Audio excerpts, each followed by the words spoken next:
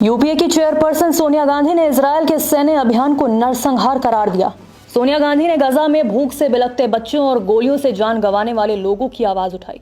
सोनिया ने नरेंद्र मोदी की सरकार पर भी हमला बोला। उन्होंने आरोप लगाया कि गजा पर इजरायल के जुल्म को लेकर प्रधानमंत्री की शर्मनाक चुप्पी निराशाजनक और नैतिक कायरता की पराकाष्ठा है।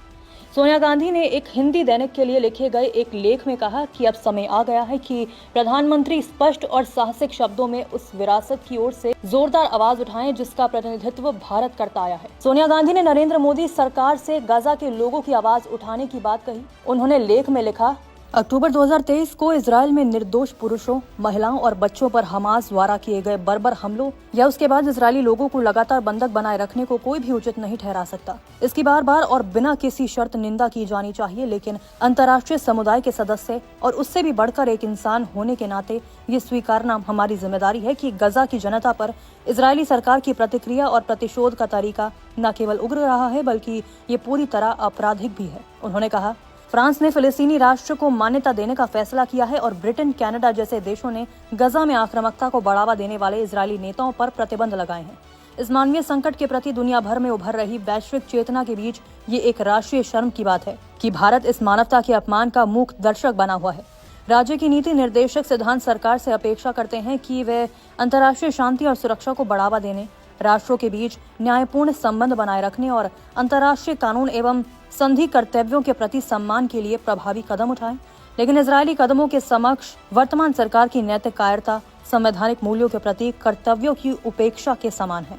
उन्होंने इस दौरान इंदिरा गांधी को भी याद किया। फिलिस्तीन का जिक्र करते हुए सोनिया ने कहा, भारत सदैव दो राष्ट्रीय समाधान और इजरायल एवं फिलिस्तीन के बीच न्यायसंगत शांति का समर्थक रहा है।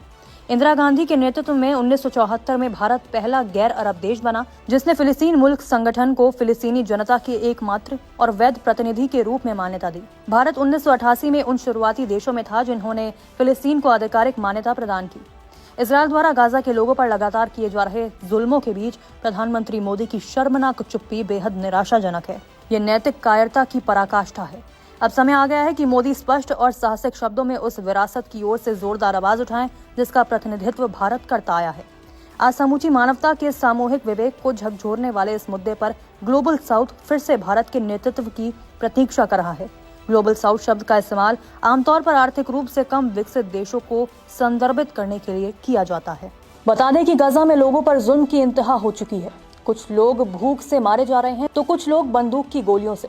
सोनिया गांधी ने खुद इस बात को स्वीकार किया कि पिछले लगभग 2 सालों में 55,000 से ज्यादा फिलिस्तीनी नागरिक मारे जा चुके हैं, जिनमें 17,000 बच्चे शामिल हैं।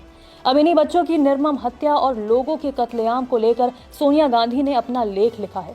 अब देखना होगा कि इस लेख के बाद क्या देश की सरकार गजा में मरने वाले लोगों के लिए अपनी नीतियों में बदलाव करेगी या नहीं। इस पर आपका क्या कहना है, कमेंट कर जरूर बताएं। नमस्कार, मैं हूं मानक गुप्ता।